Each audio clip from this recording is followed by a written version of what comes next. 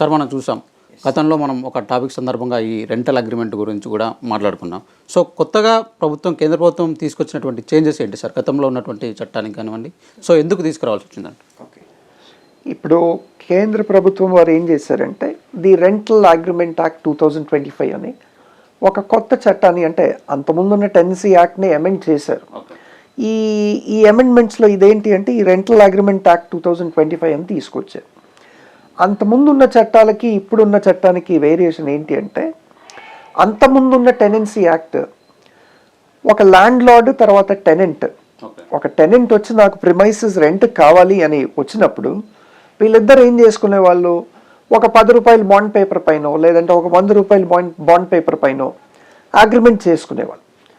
కొందరు చాలా మటుకు రాతపూర్వకంగా లిఖితపూర్వకంగా ఉండేది, లేదంటే టైప్ చేసి ఇద్దరు సైన్ చేసుకునే వాళ్ళు, విట్నెసెస్ అవన్నీ ఉండేవి.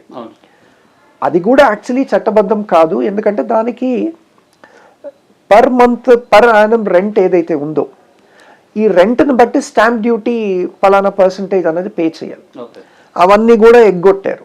ఎందుకంటే 10 రూపాయల పైన అగ్రిమెంట్ చేసుకుంటే చాలు, కోర్టుకు వెళ్ళినప్పుడు చూసుకోవచ్చు కదా.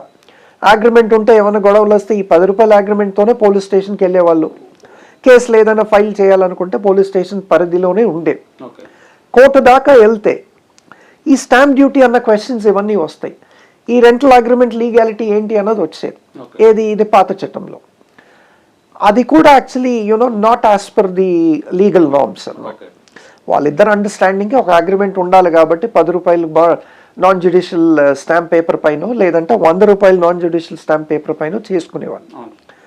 వీటన్నిటికీ కూడా స్వస్తి చెప్పి ఈ రెంటల్ అగ్రిమెంట్ యాక్ట్ 2025 కొత్తగా మార్పులు తెచ్చారు. దీంట్లో ఒక బ్యూటీ ఏంటి అంటే, ఒక ల్యాండ్ లార్డ్ తర్వాత టెనెంట్ ఒక రెంటల్ అగ్రిమెంట్ ఎంటర్ అవ్వాలి అంటే ఈ రెంటల్ అగ్రిమెంట్ డిజిటలీ క్రియేట్ అయ్యి డిజిటలీ ఎగ్జిక్యూట్ అవ్వాలి.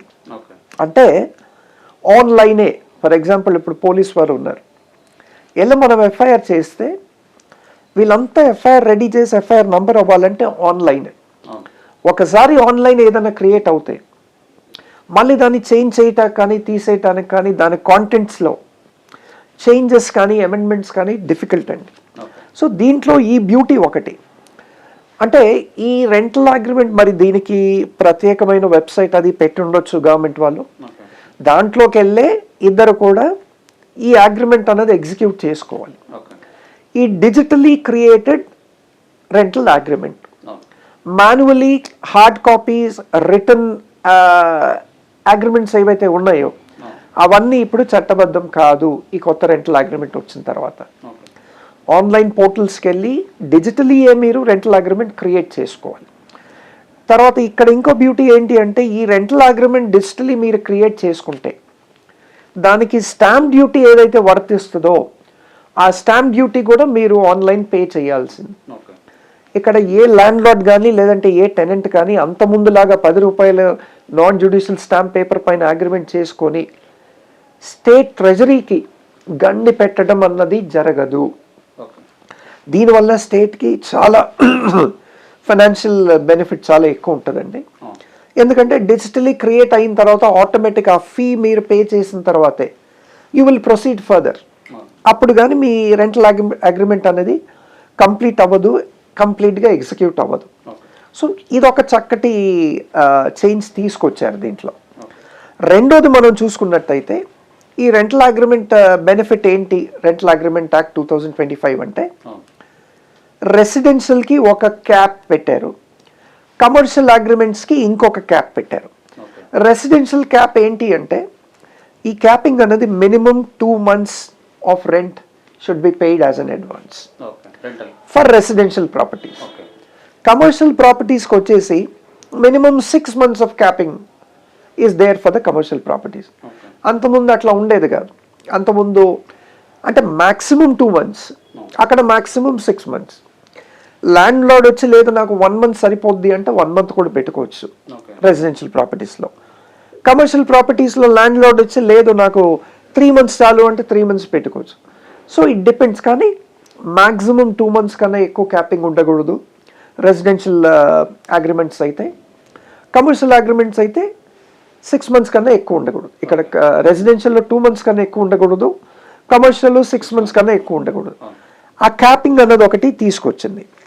దాని తర్వాత ఏంటి అంటే ఒకవేళ రెంట్ ఇంక్రీజ్ చేయాలనుకోండి, అంతకుముందు ఏంటి, మనం రెంట్కి తీసుకున్న తర్వాత ల్యాండ్ లార్డ్ ఎప్పుడు పడితే అప్పుడు వచ్చేసి సరే ఈ నెక్స్ట్ మంత్ నుంచి నీకు రెంట్ ఇంక్రీజ్ చేస్తున్నా, నువ్వు 5,000 కాదు 6,000 ఇవ్వాలి, లేదంటే 7,000 ఇవ్వాలి వచ్చేసి చెప్పేసి 10 రోజులే టైం ఇచ్చేసి 20వ తేదీ వచ్చి నాకు ఫస్ట్ నుంచి ఇంత రెంట్ ఇంక్రీజ్ చేసి ఇవ్వాలి అని చెప్పి ఎట్లా పడితే అట్లా అంతకుముందు ఉండేది. ఇప్పుడు వాటన్నిటి కూడా మళ్ళీ ఈ అగ్రిమెంట్ ద్వారా అమెండ్మెంట్స్ చేసి స్వస్తి పలికారు. ఏంటి అంటే ఒకవేళ రెంట్ ఇంక్రీజ్ చేయాలి అంటే ఒక టెనెంట్ మీ ప్రిమైసెస్లోకి టెనెన్సీ అగ్రిమెంట్ చేసి వచ్చిన తర్వాత మినిమం 12 months తర్వాతే మీరు రెంట్ని ఇంక్రీజ్ చేయగలరు. బిఫోర్ 12 months మీరు చేయటానికి వీలు లేదు. ఈ 12 months తర్వాత మీరు రెంట్ ఎట్లా ఇంక్రీజ్ చేయాలంటే return notice should be given to the tenant, minimum notice of 90 days. అంటే 12 నెలల తర్వాత మీరు రెంట్ అగ్రిమెంట్ ఇది రెంట్ ఇంక్రీజ్ చేయాలి అని అనుకుంటే ఈ 12 నెలల కన్నా ముందే అంటే 3 నెలల ముందే మీరు నోటీస్ ఇవ్వాలి.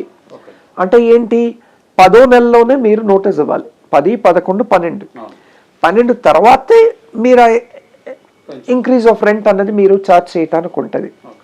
ఆ నోటీస్ కనుక ఇవ్వకపోతే అది చట్టబద్ధం కాదు.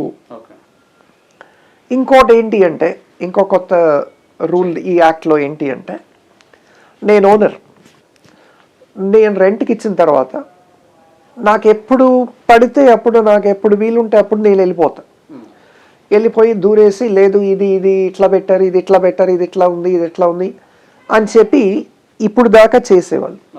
ఈ రెంటల్ అగ్రిమెంట్ 2025 వచ్చిన తర్వాత అట్లా చేయటానికి లేదు. ఒకవేళ ఓనరు ఆ రెంటల్ ప్రిమైసెస్కి వెళ్ళాలి అనుకుంటే మినిమం 24 hours బిఫోర్ టెనెంట్కి రిటర్న్ నోటీస్ ఇవ్వాలి. ఆ రిటర్న్ నోటీస్ ఏంటి అంటే త్రూ హ్యాండ్ రిటర్న్ నోటీస్ అన్నా ఇవ్వచ్చు, త్రూ ఈమెయిల్ అన్నా ఇవ్వచ్చు, లేదంటే through WhatsApp, what ever mode it may be. కానీ రైటింగ్లో ఉండాలి, నేను పలానా రోజు నా ప్రాపర్టీ చూడటానికి వస్తున్నాను, రేపు ఈ టైంకి అవైలబుల్ ఉండండి, ఈ టైంకి నేను వస్తాను అని. సో మినిమం 24 hours నోటీస్ ఇవ్వకుండా ఓనర్ ఇంట్లోకి రావటానికి వీలు లేదు. అట్లా ఒకవేళ వస్తే చట్టబద్ధ నేరం అవుతుంది. సో అది కూడా ఒక చక్కటి చేంజెస్ తీసుకొచ్చారండి. ఇప్పుడు అంతకుముందు మనం చూసాం కొందరు IAS IPS ఆఫీసర్స్ వీళ్ళంతా కూడా రెంట్కి ఇచ్చినప్పుడు, ఎస్పెషలీ పోలీస్ డిపార్ట్మెంట్ వాళ్ళు ఓనర్స్ అయి ఉన్నప్పుడు నేను కొన్ని కేసెస్ చూసాను. ఎప్పుడు పడితే అప్పుడు నా ప్రాపర్టీ అని చెప్పి టెనెంట్స్ ఉంటే దూరి వెళ్ళిపోవటం, ఇంట్లోకి వెళ్ళి లేడీస్ ఉన్న అంత చెక్ చేయటం, ఇది చేయటం కొన్ని కేసెస్ కూడా జరిగినాయి, నా నోటీస్కి వచ్చినాయి. సో ఇట్లాంటివన్నీ కూడా జరగకుండా నువ్వు పోలీస్ ఆఫీసర్ అయితే ఏంటి, నువ్వు ఏ అథారిటీ అయితే ఏంటి, ఈ రెంటల్ అగ్రిమెంట్ ప్రకారం నువ్వు ల్యాండ్ లార్డ్, నేను టెనెంట్, కాబట్టి నువ్వు నాకు 24 hours నోటీస్ ఇవ్వాల్సిందే. ఇట్లాంటి అన్డ్యూ ఇన్ఫ్లుయెన్స్, కోవర్షన్ వీటన్నిటి కూడా స్థానం కల్పించకుండా ఈ కొత్త లా అన్నది తీసుకొచ్చి అదొక చక్కటి రిలాక్సేషన్ అండి ఫర్ ఎ టెనెంట్.